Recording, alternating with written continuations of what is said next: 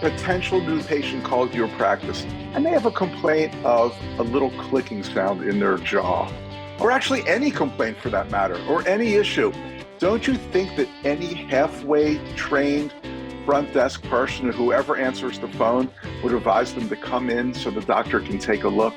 Well, that's the topic of our mystery shopper calls today, and we've got a bunch of them. Hey there, I'm Dr. Richard Madow, co-founder of the Madow Center for Dental Practice Success, and welcome once again to the Dental Practice Fixers podcast. It is great to have you here today. I am all psyched up. We've got some crazy mystery shopper calls today and a good little story that I think will help you in your practice and maybe your life.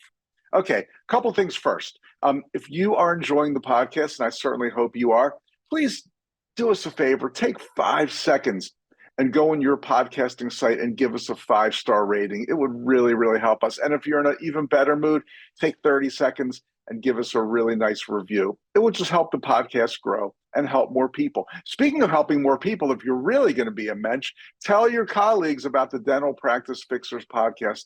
We can grow our listenership that way and help more dental practices across the world. So thank you so much for helping us grow. And I hope we continue to bring you good content with every single episode. If you've got a question or a suggestion or anything, you can email me directly, rich@madow.com, RICH@MADOW.com. All right, so last week, I was in the shoe repair store, my local shoe repair store. It's about 8 blocks from my house. I ride my bike there if it's nice weather. It's just a little shoe repair store and shoe store too. They've actually got kind of a nice high-end shoe store in this same location as the shoe repair.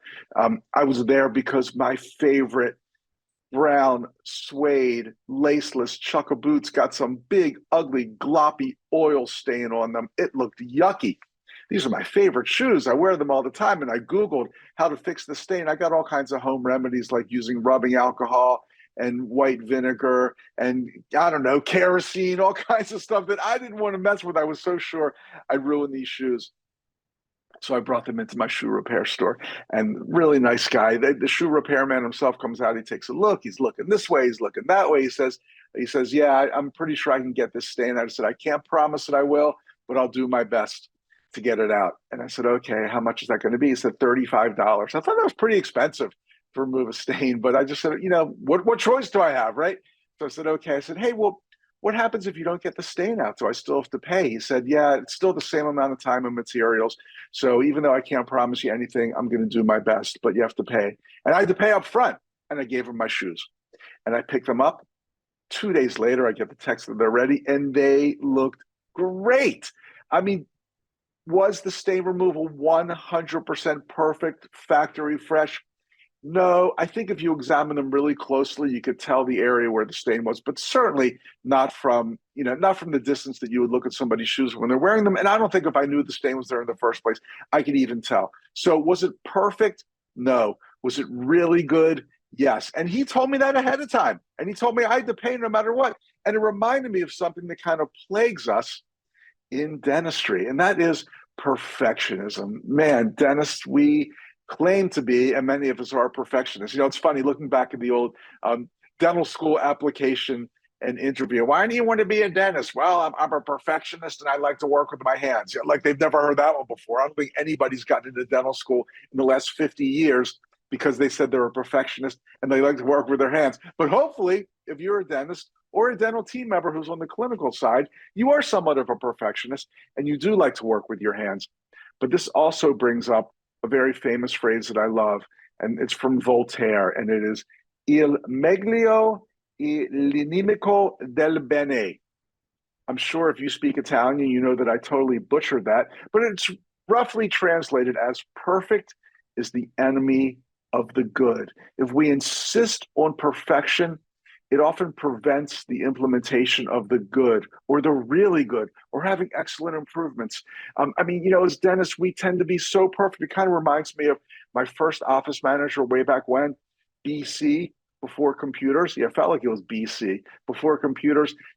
If our balance sheet was off at the end of the day, I'm talking about the total financial balance sheet, if it was off by like 10 cents, he would spend 3 hours trying to find the error. It was usually just a transposition error, like Somebody meant to write 17 cents, but they wrote 71 cents instead. And I would say, big deal. And she would say, look, if it's off by 10 cents, that's an error that it actually could be off by thousands of dollars in the long run. I'm thinking like, no, you're going to spend 2 hours of your time to correct this error. Perfection is the enemy of the good. I would say, just go home, forget about it, write it off. I don't care. I mean, if at the end of a 40-year career, I gained or lost $1,000 due to transposition errors like that, I don't care. I just don't care. Is it worth your time and energy to spend 2 hours trying to find a little error that's really not going to matter that much anyway? I say no. And it can be the same thing in so many aspects of our dental practice. It's a battle with dentists because when it comes to clinical treatment, we should be perfectionists. We shouldn't settle for good enough when we're treating a patient clinically, but we also have to know that dentistry is not perfect. It's not a perfect science. And it's so many things we do. We're going to do our best. We're going to get a great result. Is it perfect if you're measuring to the micron? No, it will never be perfect. And I think in some cases, and dentures come to mind, of course, we should never tell the patient that the result will be perfect. We should tell them we're going to do our best. We're hoping for an excellent result. But can we promise anything? Well, in some situations, we will not be able to. And we feel so guilty if we try our best to save a hopeless tooth or a semi-hopeless tooth and it fails 2 years later, we feel like failures. No, no, no, no, no. Do everything you can to acquire excellent clinical skills. Do your best every single time you treat a patient. But if things aren't perfect every time, we can't let it drive us nuts. We can't let it stress us out and take years off our life. Often when somebody talks to us at the Madow Center about becoming a coaching client, we'll have a few conversations, a Zoom, we'll do a data analysis. I'll get on a Zoom with one of our coaches, and we are so sure that we can help that person. But they'll say something like, okay, I want to use your company for coaching. And as soon as I do this, as soon as I hire a new assistant, as soon as I get my office manager trained, as soon as we paint the walls, as soon blah, blah, they come up with some excuse that's using perfectionism as a reason not to move ahead and be really, really good. And then, of course, 2 years down the road, nothing has changed for them. Even with hiring, I mean, I know it's so difficult to find great team members these days. This seems to be turning the corner a little bit, hopefully, but we have all these parameters. We need to hire somebody. They need to check every single box. And meanwhile, I've been looking for a year and a half for my next front desk person or hygienist or dental assistant because they don't check every single box.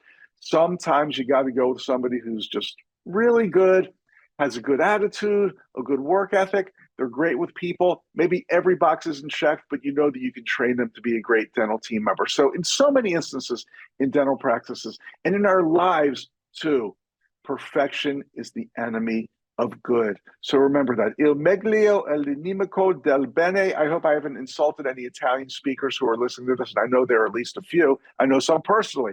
So again, yes, as dentists, we strive to be perfect, but remember that sometimes you got to accept good, and that's the way that you move forward. Okay, I hope that made sense because I really am excited to do our mystery shopper calls today. While I'm over here on Command Central, loading up the calls, I just want to remind you that at the Madow Center, we use Stacks, S-T-A-X, for our credit card processing because they don't charge that overage percentage, just a low, flat monthly fee. Now, of course, you got to pay the credit card companies their percentage, but when it comes to paying for processing, you know what you'll be getting every single month with Stacks, no matter how many people whipped out their credit cards, because it's a low, flat monthly fee. That's why we use them at the Madow Center. That's why I'm going to recommend that you at least find out if they can help you. You don't have to commit. If you go to madow.com/save, madow.com/save, you'll get connected with a great Stacks rep. They'll do an analysis for you. They'll let you know how much money you'll save every month or if you'll save money every single month. No commitment to do this analysis, nothing to lose. Just find out if they can do it for you and you'll save money every single month because 95% of the time they'll show you that you can. We save tens of thousands of dollars. So go, madow.com/save. Okay, our mystery shopper calls.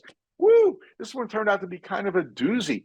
I just caught some practices saying I've got a little click sound in my jaw. Now, don't you think they should say, oh, well, why don't you come in so we can check that out? Well, maybe some did, maybe some didn't. Let's find out. Okay, I'm over at Command Central. Here is call number one. Hit it. This is Misty. I have a question for you. I noticed that I hear like a little click sound in my jaw sometimes when I'm opening my mouth. Is that something to be concerned about? Have you been here before? No, I haven't. Okay, first thing we want to do is get your information. We do have a new patient coordinator that handles all of our new patients. So what's your first and last name? I'd rather not give that information right now. Thank you so much. Click. He hung up on me after I said that. Why did I bother playing this call? Well, okay, I understand this practice. They have a new patient coordinator. New patient coordinator handles these issues. That's fine. But this woman, to me, was so cold and robotic. It's like, initiate a little bit of conversation first. Warm me up first. Come on, say, oh, that's something we should definitely look at. It can be nothing. It can be serious. How'd you find out about our office? That just anything. Make some conversation like a human being instead of just immediately saying, okay, name, and can you please give me your first and last name? I was very uncomfortable in the situation, as I think many people would be. Just come on, be a little friendly. Say you called the right place. Say, oh, yeah, we see a lot of patients with that issue. I know the doctor would love to see you to check it out. Let's get you handed over to our new patient coordinator. She'll take care of you in the best way possible. Just come on, give me a little bit of love here. Not that cold fish. No way. Okay, let's try the next one. How may I help you? Hi, I have a question for you. I noticed my jaw makes kind of a click sound sometimes when it opens. Is that something to be concerned about normally? I'm not sure. Because I can't really diagnose anything. You'd have to come in and be seen. If anything, we don't do TMJ here, but we can definitely refer you out. Oh, what's TMJ? It's just like issues with the jaw. Okay, so if I have a click, then you're probably not the right office to see. You mean? Well, we can definitely take a look at you, and then if there's something out of our hands that we're not able to do, we'd have to refer you out to a TMJ specialist. Oh, I see. It's kind of like a yeah sound. Yeah. Yeah. Sometimes it's like yeah. Okay. Well, thank you so much. Yeah, no problem. I would just try to see a TMJ specialist if you're having issues like that. That's a TMJ. Okay. What does that stand for? That's a great question. I'm not quite sure, honestly. I know the only thing I do know is that it's just issues with the jaw. Okay. Maybe it stands for like the main jaw, TMJ, the main jaw. Possibly. Yeah.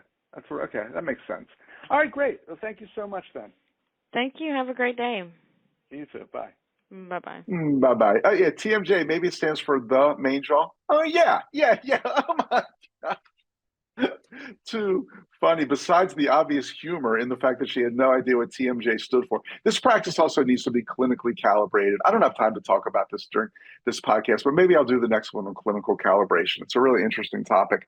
In any case, besides the TMJ stands for the main jaw, which I just love, I'm not a big believer in doing referrals over the phone and just saying, oh, just go Google TMJ specialist. Have the patient come in. Maybe it's nothing. Maybe it's something they can handle. Or at the very least, this is a potential new patient. Let's get the potential new patient in. Do a complete exam. Do your radiographs. If you need to refer to a TMJ specialist, if there actually is such a thing, then please go right ahead. But you might have a great new patient that needs periotherapy or some crowns or a cleaning or brings in a whole family, whatever. Get the patient into your practice first. Don't just slough them up over the phone and say they need to see a specialist. Very, very poor handling of this patient. Okay, the fun continues. How can I help you? Hi, is this the dental office? Yes.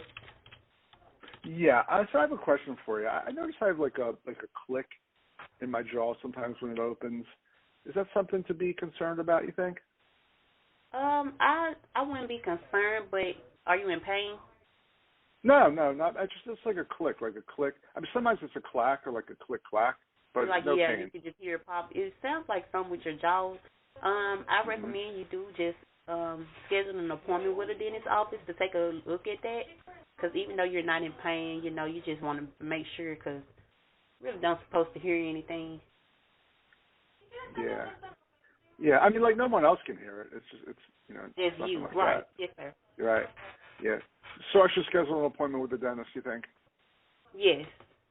Yeah. Okay, great. Well, thanks so much for that advice. No problem. Oh, I love that advice.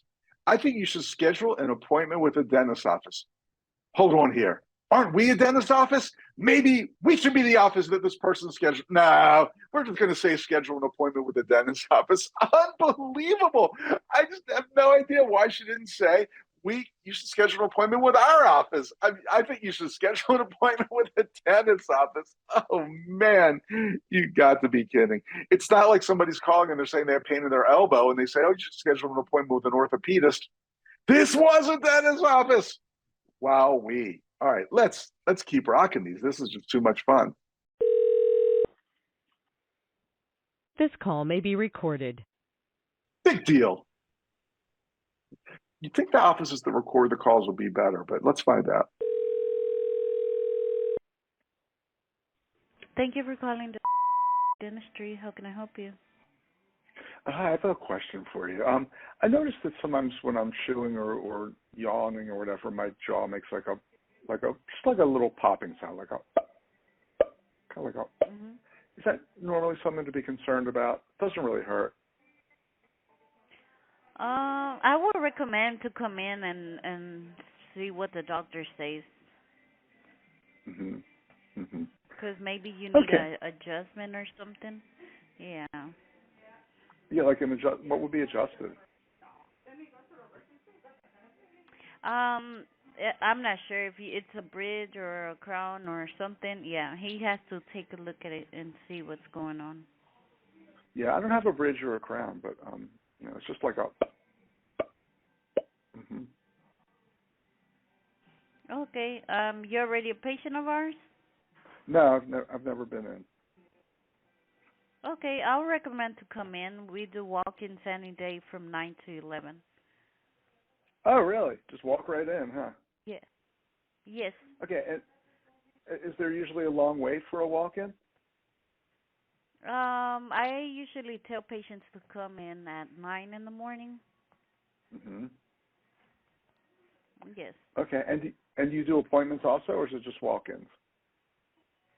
We do appointments, but it's going to be further off, maybe like in the middle of this month or maybe last. It depends. Let me see what's my next available date. It will be till the 24th. Oh, wow, yikes. Okay, that's a long way off. Okay, maybe I should just walk in. Uh-huh. But I can drive Any there day and then from walk 9 in, to right? 11. Right.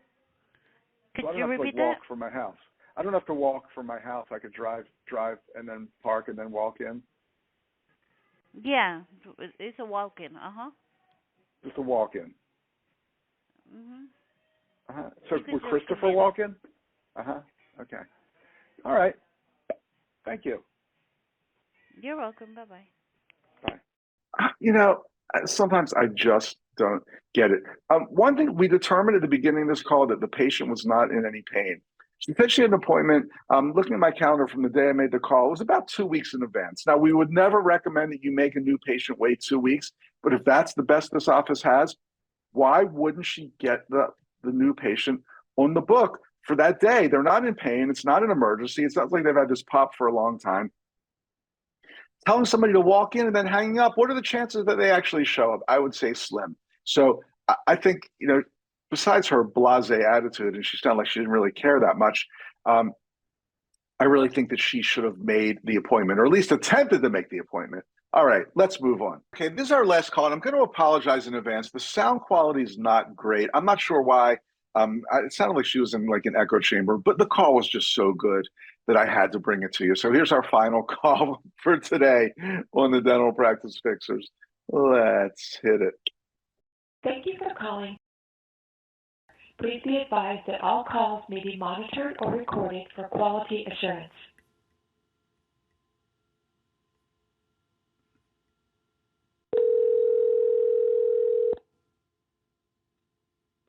Good afternoon. Thank you for calling. This is Jesselyn. How may I help you? Hey, I've got a question for you. I noticed that sometimes if I like open my mouth or chew, it makes a little clicking or popping noise. Is that normal, you think? I mean, I know what happens. Do you have like pain when you hear it or anything? No, it's not pain. It's kind of it kind of sounds like that. Sometimes it's like shing, Yeah. shing. Right. I do think it is pretty normal. I know my stepdad does a lot of noises. Your stepdad makes a lot of Do noises? you want to like just get it? Yeah, like. What are his be noises? really quiet and all you hear is him. What do his noises sound like? But I think it's just the way he chews. I mean, I can't even mimic it. Like, no matter how hard I would try. Yeah, mine's kind of like but sometimes it's louder than others. Sometimes it's more like a. Yeah. All right, so you think it's pretty normal? Well, go ahead. Yeah, but I mean, if you did wanna come in, we do have like free consultation, and we could just you could sit down with the doctor and just talk to her, and then she could also see what she tells you. Oh, great! But would it help if I just put my my jaw up to the phone so she could hear when it goes like that? Yeah. The doctor right now is busy. Okay. Let me see. But I mean, I think it's just my opinion. I don't. If there's no pain, I wouldn't really. But if you are concerned about it, you can always come in. There's no pain at all. Not at all. All right, so I'm not going to worry then. I appreciate you taking the time to speak with me. No problem. I hope you have a great one. Great, you too. Thanks. Bye. Oh man! After all that, kind of a little comedy routine as well. The front desk person concludes that if there's no pain, you don't need to come in. Come on now. She was on the verge of getting me appointed for the free consultation, then kind of backed off and said, well, yeah, my stepdad's jaw does the same thing. If there's no pain, don't worry about it. You don't need to come in. Oh, man. What is going on here at the front desks of dental practices all across North America? In one way, I'm upset by it. On the other hand, it helps the Dental Practice Fixers podcast. So please don't let this happen in your practice. That's all I'll say. And I am going to go for now. I'm Dr. Richard Madow, co-founder of the Madow Center for Dental Practice Success. You can find us at madow.com, MADOW.com. And give us a great review or 5-star rating online if you've got a couple seconds. I'll see you soon. Thanks so much. Bye.